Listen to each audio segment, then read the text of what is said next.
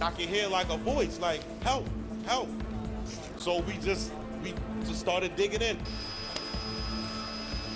Breaking news this afternoon, an explosion rocks a community in northwest Baltimore.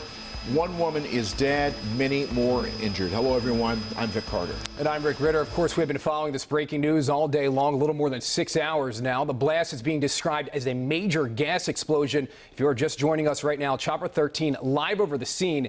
At this hour, first responders, they are still there working to rescue victims that may be trapped under the rubble. And they have been there since about 10 o'clock this morning along Reisterstown Road, right near the Falstaff community in Lady Rinth Road. Our team has been on the scene this morning.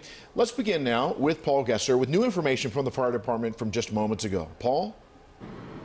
Hi, Vic. Yeah, so if there was someone just pulled out from the rubble, we had no indication of that from the ground about a block and a half away. At that press conference about a half hour ago, we were told one fatality confirmed, which we knew the past few hours.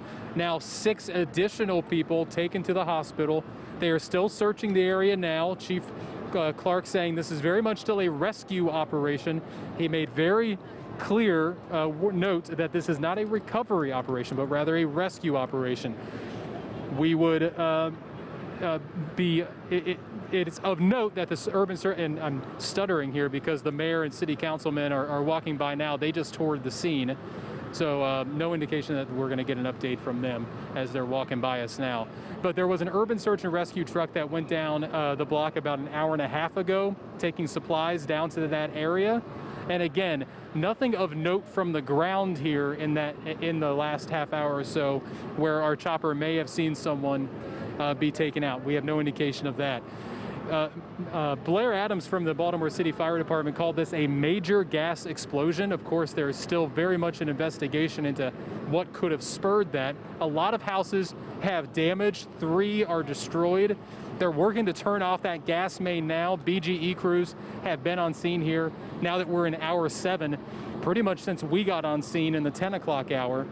And they're also providing temporary shelter to a lot of the neighbors here on the scene, where the Red Cross has a pretty big operation there as well. In fact, they wanted to partition some of the media over on this side of the street so the Red Cross could do some of that triage in terms of who needs help with housing.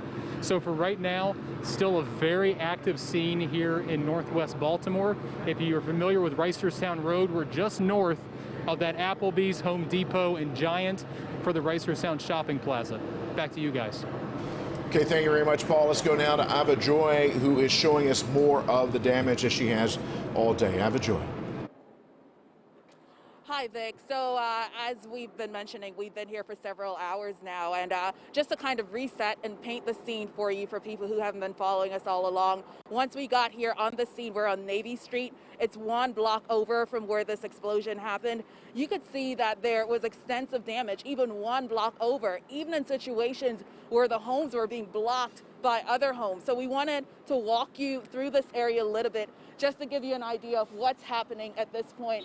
The aftermath of homes and windows being affected by this, and the windows being blasted out. Now people are actually clearing up and putting up plywood. We're going to walk around here for you, Alan, if you could walk with me around the side of this home. So this is one side of where the situation happened. So we're going to walk towards the back of this home, and we want to get you a little bit closer to the damage from earlier today.